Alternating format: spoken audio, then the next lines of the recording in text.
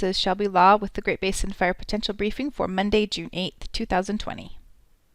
There are currently no significant impacts across the Great Basin for the short term. We're just expecting cooler and more humid than normal conditions lingering for most of the areas today.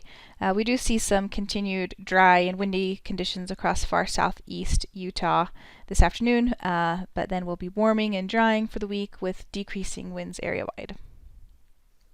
The past 24 hours saw a pretty good area of thunderstorms move through northern and northeast Utah, and then also some showers over southwest Nevada and southwest Idaho and northern Nevada. Great Basin fire activity has decreased significantly over the past couple of days with this cooler, wetter weather having moved in across much of the geographic area. Observed precipitation for the past 7 days is shown here. Here we have the observed amounts on the left and the percent of normal on the right. This does not include the precipitation from yesterday, which would increase across portions of northern Utah. But eastern Utah has fared very well in the past 7 days, much above normal precipitation there for the first week of June, which is normally a very dry period. We still are seeing some abnormally dry areas over western and southern Nevada, however, and even far southwest Utah.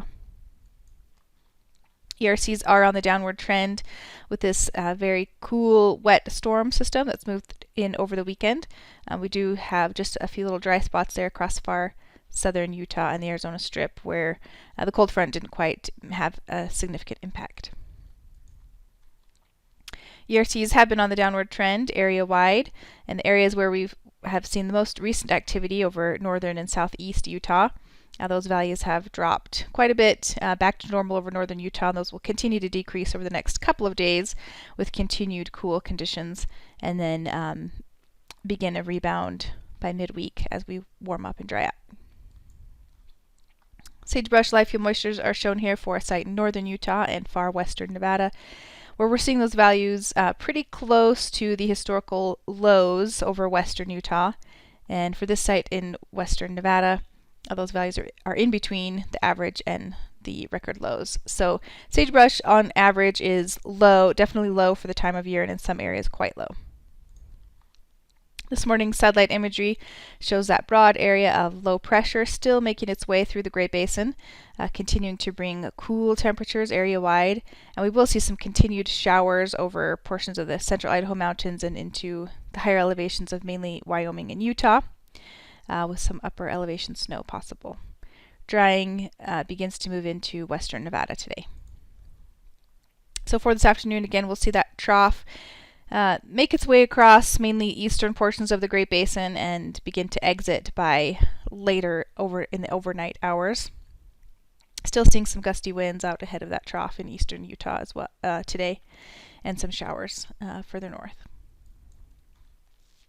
So again, looking at high elevation snow, still possible this morning over Idaho, Wyoming, and northern Utah with some lower elevation rain. Nevada dries out with a return of sunnier skies. And still expecting to see some gusty winds, especially over southern Utah as that trough exits the area. On Tuesday, we'll begin to see ridge rebuilding across the Great Basin, so warming temperatures area-wide. Still fairly cool, still below normal for the time of year, but beginning to increase with some lingering moisture over Idaho. So temperatures on their way up, hitting the 80s, low 80s over western Nevada, still in the 60s across many of the eastern valleys. Winds lighten up for tomorrow as that trough exits off to the east. Continued ridging in place on Wednesday with warmer temperatures and drying conditions area-wide. So our relative humidities really begin to drop again. So minimum relative humidities in the single digits over southern Nevada, the Arizona Strip, and southeast Utah, and continued very light winds area-wide. 3-day precip totals are shown here. Really, this is just accounting for the precipitation we're expecting today and then drying for the remainder of the work week. On Thursday, the ridge still remains the dominant feature for continued warming and drying area-wide, but we begin to see another area of low pressure off the Pacific Northwest coast. This guy is going to start to strengthen and begin to move inland, which will begin to increase winds over far western Nevada, possibly as early as late in the day on Thursday, with warming and drying area-wide.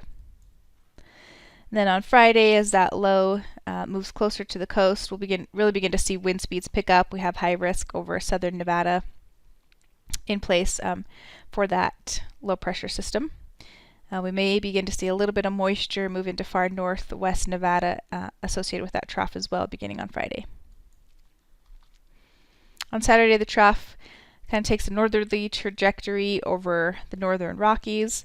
This will allow the wind speeds to move to strengthen a little bit further north across the central Great Basins. We do have high risk in place for wind over eastern and southern Nevada on Saturday.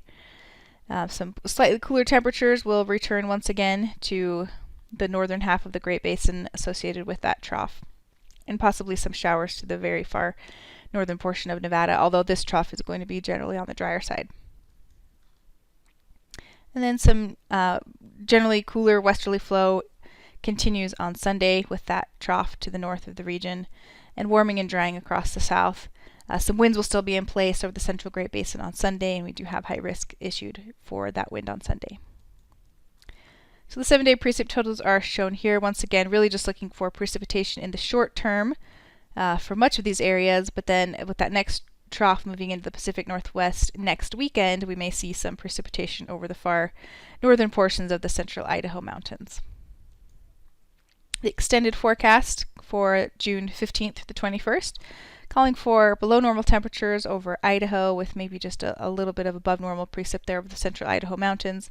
Elsewhere, we're looking for generally normal conditions or even drier conditions over eastern Utah, again with those above normal temperatures expected for most of Utah and Nevada. So return to maybe more normal June type weather. This concludes today's fire potential briefing. Please check back tomorrow for the latest updates.